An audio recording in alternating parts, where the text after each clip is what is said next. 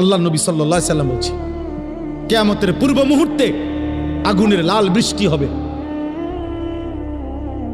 জালজালাতান ভূমিকম্প হবে, খাসফান ভূমি ধসিয়ে দেওয়া হবে, মাসখান চেহারা বিকৃত করা হবে, কাসফান পাথরের বৃষ্টি বর্ষণ হবে, ওয়া আয়াতিন তাতাবাউ কানিজামিন কুতিয়া সিলকুহু।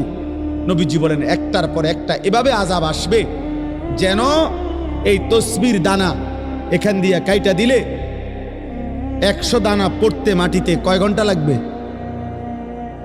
আল্লাহর নবী খোদার কসম এবং উদাহরণ দিয়ে বলছে কানিজামিন কুতিয়া সিলকুহু, যেমন তসবির দানা মালা যেমন কেটে ফেললে সব ফুল পড়ে যায়, মালা বানাইলে সব দানা পড়ে যায় একটার পর একটা। যদি 10 মিনিট বৃষ্টি হয় তাহলে বৃষ্টির ফোঁটা যে জমিনে পড়ে এক এক ফোঁটার মাঝখানে ব্যবধান কয় মিনিট?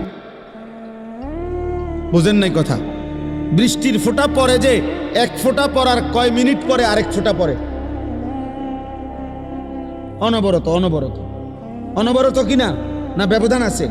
ব্যবধান। আল্লাহ নবী বলছে কাওয়ামামাকিল কাতর, তোমাদের উপরে মুসিবত আসবে বৃষ্টির পানির ফোঁটার মতো, তসবির দানা ছিঁড়ে ফেলার মতো, কাকিতাইল লাইলিল মুজলিম। এগুলো সব কিয়ামতের পূর্বের কথা, এটি হয়ে গেছে এই যে কথা না, নূহ নবীর জমানার কথা বলে না। নবীজি বলছে অন্ধকার অমাবস্যার রাত্রির মতো তোমাদের উপরে মুসিবত আসবে, কিছুই খুঁজা পাইবা না। কি করা উচিত?